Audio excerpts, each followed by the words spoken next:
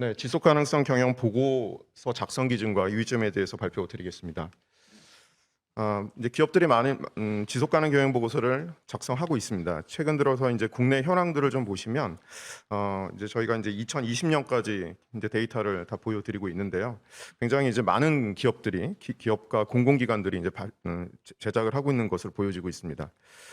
저희가 이제 한 14년 동안 국내 기업들에 대한 지속 가능 경영 보고서에 대한 것들을 다 리서치를 다 하고 있습니다. 저희는 이제 어떤 공시의 적시성 때문에 7월 정도 기준을 해서 이제 매년 이제 통계를 다 내고 있는데요. 작년 같은 경우를 보면은 전체 한 152개 정도 기업과 공공기관에서 지속 가능 경영 보고서를 만들었습니다. 이제 물론 이제 7월 이후에 12월까지 이제 또 공공기관들은 좀 늦게 만들기 때문에 그런 기관들까지 합치면 한 180개 기업들에서 지속 가능 경영 보고서를 작성하고 있습니다. 근데 이제 여기서 이제 말씀드리고 싶은 것은 우리나라의 경제 규모에 비하면 아직은 좀 지속 가능 경영 보고서에 대한 부분들이 좀 부족하다, 이렇게 좀 인지를 할 수가 있습니다. 좀 또 몇 가지 또 중요한 내용들이 있는데요. 많은 기업들이 지속 가능 경영 보고서를 작성함에 있어서 다양한 표준과 이니셔티브를 이제 적용하고 있습니다. 근데 여기 이제 특히나 최근 들어서 이제 사스비나 TCFD가 강조가 되고 있죠. 그러면서 이제 비교를 해보면 20년도에는 14% 정도 이렇게 이제 따랐었는데, 사스비 같은 경우에는 작년 같은 경우에는 무려 이제 거의 45% 이상 기업들이 이제 사스비에 대한 공시를 하고 있고, TCFD도 마찬가지로 이전에는 16% 정도였었는데 거의 50% 정도 기업들이 TCFD를 따라서 공시를 하고 있습니다. 물론 여기에는 이제 어떤 그런 공시의 품질에 관계된 부분들은 저희가 이제 평가를 하지 않았고요. 이제 공시했는지 안 했는지에 대한 것들만 이제 이렇게 보여드리고 있습니다. 물론 뭐 GRI를 가장 많이 지금 기준으로 삼고 공시를 하고 있습니다. 이것도 이제 저희가 이제 뭐 전문 이해관계자 평가를 통해서 저희 현재 우리나라 기업들의 공시 보고서를 잠깐 보면 이제 첫 번째 좌측에 보이시는 것은 뭐냐면, 이제 우리 지속 가능 경영 보고서에서 가장 중요한 게 뭐냐라고 이제 물어봤을 때는 당연히 환경 성과에 대한 공시가 가장 중요하다고 이제 답변을 하셨습니다. 근데 또 이해관계자들한테 또 물었습니다. 그러면 이렇게 공시되는 이런 여러 가지 내용 중에서 어떤 것들은 우리 기업들이 좀 잘하고 어떤 기업들은 좀 부족한지에 대한 것들을 물었었는데, 여기서는 반대로 환경 성과가 가장 미흡하다라고 답변을 하고 있습니다. 이것도 굉장히 중요한 시사점인 것 같습니다. 공시와 관련해서는 뭐 여러 가지 표준들을 가지고 기업들이 이제 ESG 경영을 통해서 공시를 하고 있고, 다양한 평가 기관들이 이렇게 평가를 하고 있습니다. 이런 것들이 이제 어떤 투자의 선순환을 거쳐서 이 ESG라는 것들을 구현하고 있는 그런 이제 부분입니다. 오늘은 제가 이제 말씀드릴 것은 지속 가능 경영 보고서 작성과 관련된 부분에 대해서만 좀 말씀을 드리겠습니다. 네, 지속 가능 경영 보고서 작성 프로세서는 기업들이 일반적으로 따라가는 것은 한 5단계 정도를 따라가는 것 같습니다. 먼저 환경 분석을 하고요. 그다음에 가장 중요한 것이 중대성 평가와 기획을 통해서 이제 당해년도에 지속 가능 경영 보고서에 대한 기획을 합니다. 그런 다음에 보고서가 작성된 다음에 3자 검증을 거쳐서 지속 가능 경영 보고서 완성되어지고요. 또한 이제 당연히 이제 보고서 디자인이나 번역이나 이런 부분들도 이제 따라오게 됩니다. 이 지금 보여드리는 것은 이제 지속 가능 경영 보고서를 구성하는 예시 화면입니다. 보통 기업들이 통합 보고서를 구성을 할 때 뭐 가장 중요한 것이 이제 우리 기업에서 이제 지속 가능 ESG와 관련한 성과를 어떻게 보여줄 건지에 대한 부분들에 대해서 고민을 한 부분들입니다. 샘플이고요. 그래서 구성은 그렇습니다. 앞에는 이제 어떤 기업에 대한 소개 이런 부분들이 있고요. 그 다음에 이제 중요한 부분들은 ESG에 대한 성과, 그 다음에 어펜딕스로 구성되어져 있는 다양한 이제 뭐 TCFD라든지 사스비라든지 이런 공시 기준에 맞춰서 보통 이제 보이시는 것은 표로 보여지는 그런 양식으로 공시를 하고 있습니다. 지속 가능 경영 보고서는 이제 두 가지 독자를 다 고려를 해야 됩니다. 뭐 이제 다양한 이해관계자라고 할 수 있는 일반 독자들도 고려를 해야 되고요. 당연히 또 ESG 평가와 관련된 이해관계자도 고려하는 그런 보고서가 작성이 돼야 됩니다. 이제 ESG 동향에 대해서는 오늘 많이 설명드리지 않겠습니다. 여기서 이제 중요한 것은 이미 이제 ESG는 자발성을 넘어서 강제성화되고 있고요. 이제 뭐 정부 EU나 미국에서는 이런 어떤 부분들이 거의 이제 처음에는 환경으로 시작했지만 이제는 통상 이슈가 되고 있는 것 같습니다.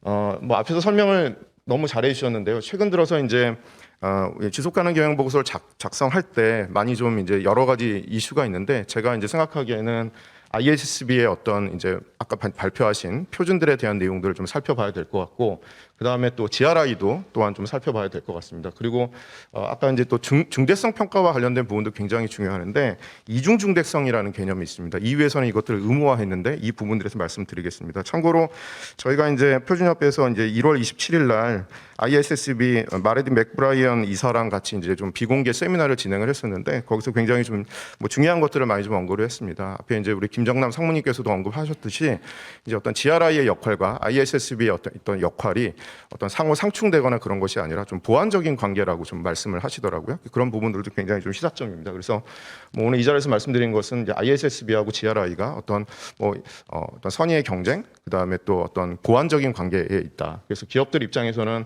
이제 GRI도 이해를 당연히 해야 되고 또 ISSB도 당연히 이해를 해야 되는 그런 상황입니다. 자, 이제 GRI에 대해서 조금 더 이제 좀 깊이 좀 들어가 보겠습니다. 뭐 다 알듯이 이제 아시듯이 GRI 같은 경우에는 엑슨 발데주 기름 유출 사건에 의해서 이제 1997년에 설립된 기관입니다. 경제, 사회, 환경 이 세 개 축을 고려해서 기업들의 어떤 사회 책임 보고서 작성 기준을 제시했던 그런 기관입니다. GRI가 뭐 여러 가지 어떤 그런 기준들과 이런 것들을 개정하고 있는데요. 아마 2016년도에 만들었던 스탠다드가 가장 많이 지금 적용이 되고 있고 작년 10월 달에 이제 GRI도 이제 이 표준들을 지금 변경을 하고 있습니다. 아직도 변경 중입니다. 그래서 변경한 내용들 그다음에 그런 것들에 대해서 좀 발표된 것들을 좀 살펴보도록 하겠습니다. 이제 왜 개정되는지를 좀 살펴보면 이 부분이 굉장히 좀 중요한 것 같습니다. 첫 번째 이유는요, 인권 관련 공시 항목을 포함시키기 위해서 이 굉장히 중요한 부분입니다. 그다음에 두 번째는 이제 실사를 통합하겠다라는 부분이고요. 그다음에 명확성을 증진시키겠다. 그다음에 GRI의 표준 사용 및 컴플라이언스를 준수하는 그런 목적을 가지고 있고요. 보다 좀 포괄적이고 적절한 어떤 공시를 장려하기 위해서 어쩌면 저는 이 마지막 부분이 가장 중요한 것 같고요. 그다음에 GRI가 고심했던 것 같습니다. GRI 표준의 사용 가능성을 증진시키겠다. 이제 사용 가능성이라고 하는 것은 이제 어떤 뭐 여러 가지 이해관계자 중에서도 좀 투자자의 어떤 그런 사용 가능성을 좀 더 이제 생각하고 있지 않나 이런 생각을 해봅니다.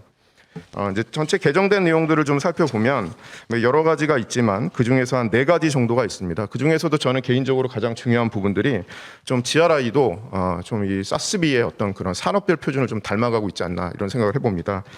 이제 GRI도 40개의 산업 표준을 공식 표준을 이제 개발해서 계속 이제 공시하겠다. 지금 이렇게 이제 얘기를 하고 있고요.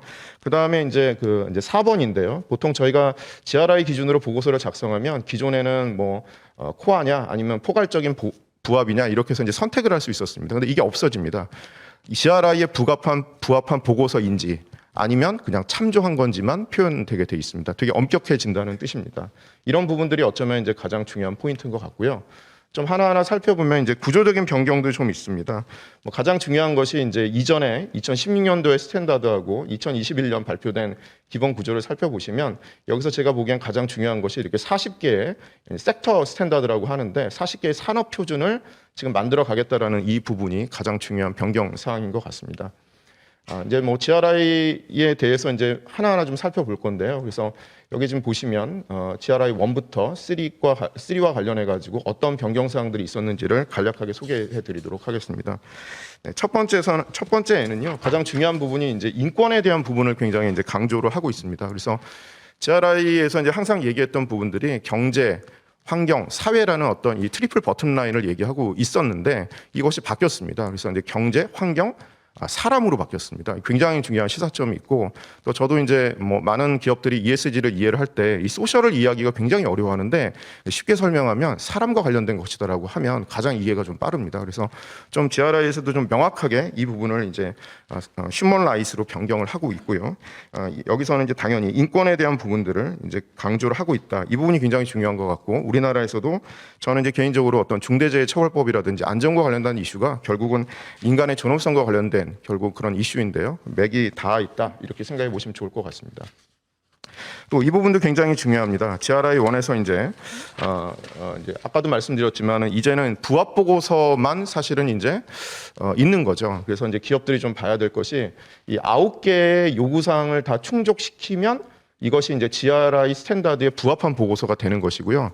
그렇지 않으면 그냥 참조한 보고서가 됩니다. 그래서 이제 아무래도 공식력에 문제가 좀 생길 것 같고요. 그래서 여러 가지 것들이 있는데 앞에 이제 뭐 8대 보고 원칙이라든가 이런 것들도 있고요. 그 다음에 보면 이제 GRI의 나중에 보고서를 또 통지해야 되는 부분들도 있습니다. 이런 부분들 이제 이런 것들을 충족한 보고서만 이제 인정하겠다라는 어떤 구조입니다.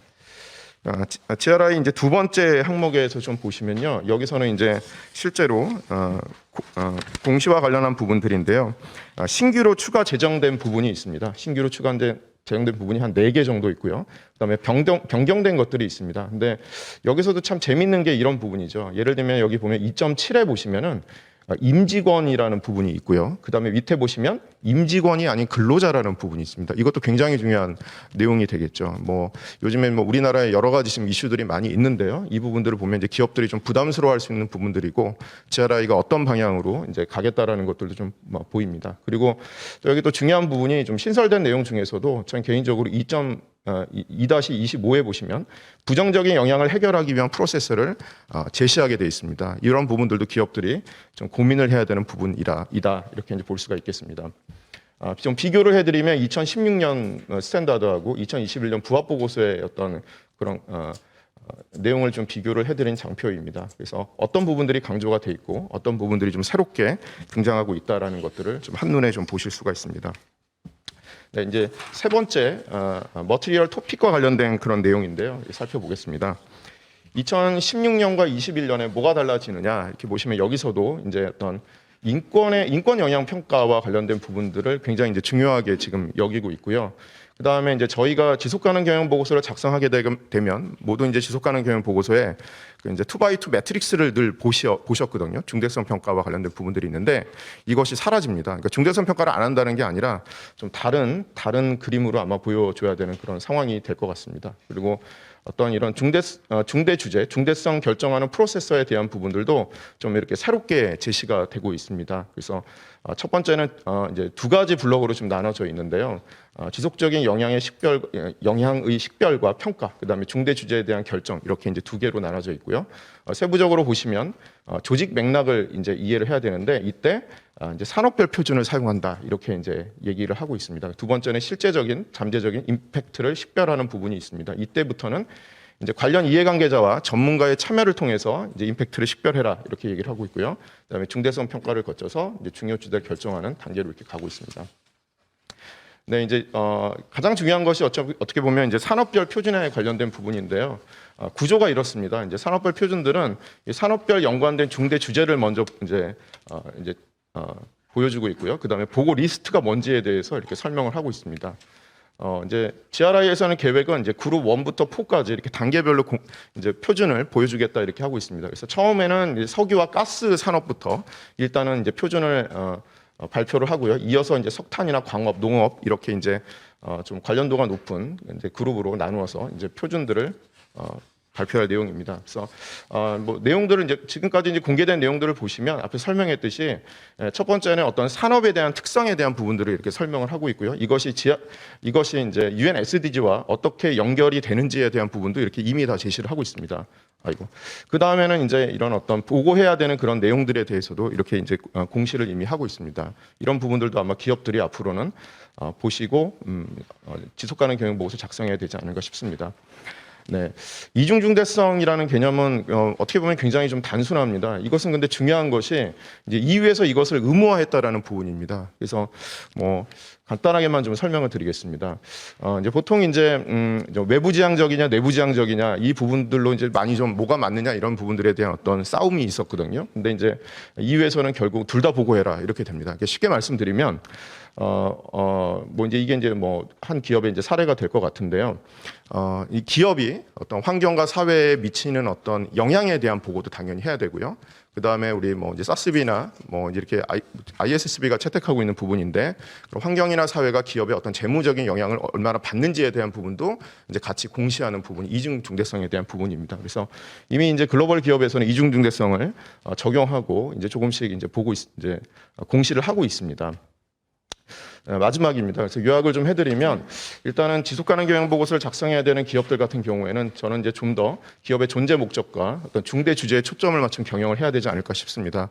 사스비 발표할 때도 그렇고 GRI도 지금 산업별 표준으로 지금 가고 있습니다. 근데 이제 중요한 것은 좀 투자자도 당연히 중요하고요. 그다음에 또 다양한 이해관계자에 대한 고려를 할 수 있는 그런 공시가 좀 돼야 되겠다. 그리고 많은 기업들이 좀 평가에 많이 좀 집착하고 있는 것 같습니다. 뭐 다 그렇지만 근데 이제 이런 부분들이 좀 진정성 있는 어떤 그런 활동, 그다음에 내재화를 통해서 정말 기업의 지속 가능성도 확보하는 그런 과정으로 가야겠다라는 생각을 해보고요. 그다음 오늘 또 뒤에서도 또 자세하게 설명드리겠지만 가장 이제 많이 유혹받는 것들이 그린워싱과 관련된 부분입니다. 이런 부분들은 사실은 어쩌면 이제 기업의 지속 가능 경영을 방해하는 ESG 경영을 방해하는 오히려 요소로도 작용할 수가 있겠다. 그래서 어떤 광고나 홍보가 아니라 정말 임팩트하고 가치 창출 활동에 좀 집중해서 이것들을 공시하는 방향으로 가는 것이 기업들의 가장 옳은 방향이다. 이렇게 말씀을 드리겠습니다. 네, 발표 마치겠습니다.